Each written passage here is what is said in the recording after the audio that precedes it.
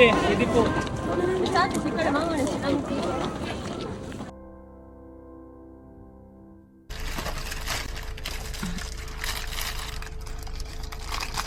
Guys, hindi kami nag-ski. Kasi nagbuisit na lahat. So,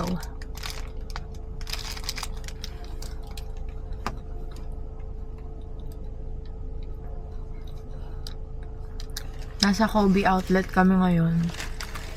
Bumili ako ng shoes sa nanay ko. Bumili sila ng mga gamit. Hina ng boss ko. Wala na akong energy. Na-drain kasi ako talaga. Ayoko talaga nang nag-aaway. Lalo na pag umaalis. Ayoko na may nag-aaway. Nasa-suffocate ako. Actually, anywhere. Tapos, lalo na sa closed space. Kotse. Ayoko nang may nag-aaway. Ayoko nang may nagsisigawan. Para ako nasasakal, para ako nasasuffocate. Anyway, anong oras na ba? Check natin. 3 o'clock PM na dito. So, 2 PM sa Pilipinas. Magla-lunch daw sila. Ako, bumalik na ako sa kotse. Nagpaiwan ako sa driver. Kay Kuya Raymond. Yung tour guide namin, nagpaiwan ako dito. Tinanong niya ako, hindi ka na babalik? Kasi ang ginawa, akala niya, ihatid lang namin yung mga shopping bags dito para hindi sana mahirap bitbitin habang naglalakad. Tapos, kasi sumama ako sa kanya, sabi ko, sama ako. Tapos, tinanong niya ako, hindi ka na babalik? Nandun pa yung mga kasama mo eh. Sabi ko, hindi na. Tapos, magla-lunch sila, sabi 3 PM.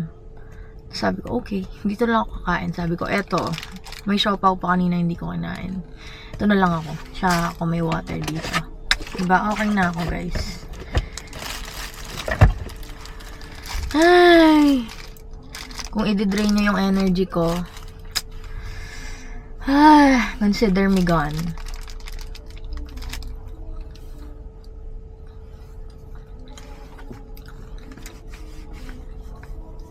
Ayoko na. Gusto ko na umuwi. Yun lang. Mamayang gabi hindi ko alam. Baka pag nakakita ko ng gwapong hapon, bumalik yung sigla ko. Pero ngayon, wala na.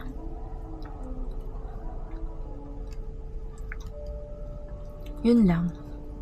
Ito na yung shortest vlog ko.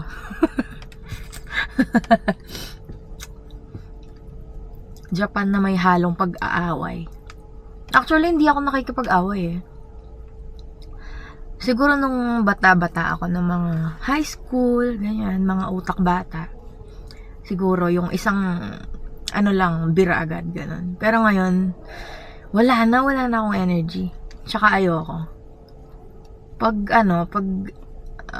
na-trigger mo ako, wala na, hindi na lang kita kakausapin. Ganon. Wala na. Wala ka nang maririnig sa akin. Kakausapin mo ako, ganito lang sagot ko. Ganyan lang. Wala ka nang makukuha sa akin. Once madrain mo talaga.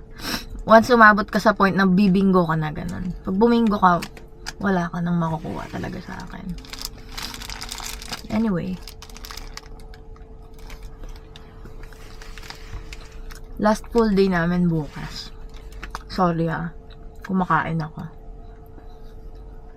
Last full day na namin bukas. Ewan ko anong gagawin namin. Gusto ko na lang mag-explore mag-isa. Yun lang. Maglakad-lakad lang ako, ganun. Ayoko talaga lang nag-aaway. Nainis ako.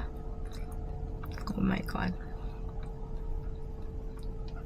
Kaya guys, minsan mas okay talagang mag-isa ka lang eh. Ganun. Masaya naman may saya naman may kasama. Pero, hindi mo maiiwasan yung mga ganito. Ako kasi ayoko talaga. Isang away lang. Ayoko na. Gusto ko na umuwi. Ganun. Tsaka sanay ako mag-isa. So,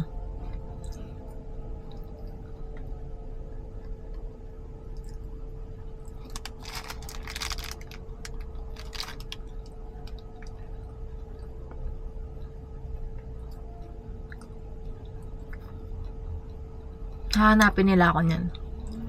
Nakapatay yung phone ko.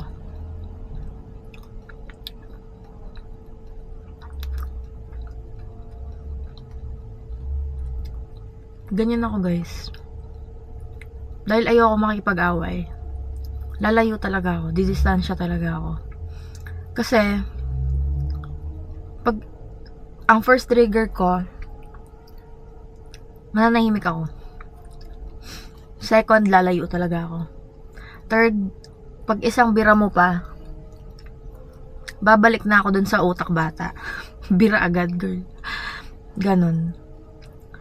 Don't try me, don't test me. Don't. Ganon. Basta, punyeta. Anyway, magka-lunch lang ako. Later, hindi ko alam kung anong gagawin namin. Siguro kami na lang mga bagets ang aalis. Or ewan ko. Wala ako sa mood, wala na ako sa mood. Tapos sabihin, pag yung mga kaibigan ko, lagi ako nagrarant sa kanila ngayon. Pag may konting inconvenience, nagrarant ako lagi. Tapos sabihin nila sa akin, ano ba? Enjoy mo lang, enjoy Japan. Keme.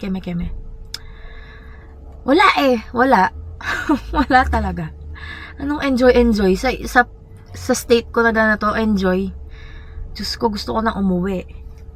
Hindi ko iniisip yung, ay, sayang naman yung trip, ganun. Hindi, kasi sa utak ko, makakabalik ako. Yun guys, ganun ang manifesting. Parang, in your head, alam mo, sa buong pagkatao mo, alam mong, kiniklaim mo na, ganun. 'Di ba? Ganun lang, easy peasy. Anyway, later guys.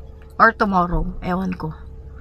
Lagi na lang akong walang outro, lagi kasi akong pagod. Kung hindi ako pagod, laging may nag-aaway, so na-drain ako, ganun. Bukas, tingnan natin.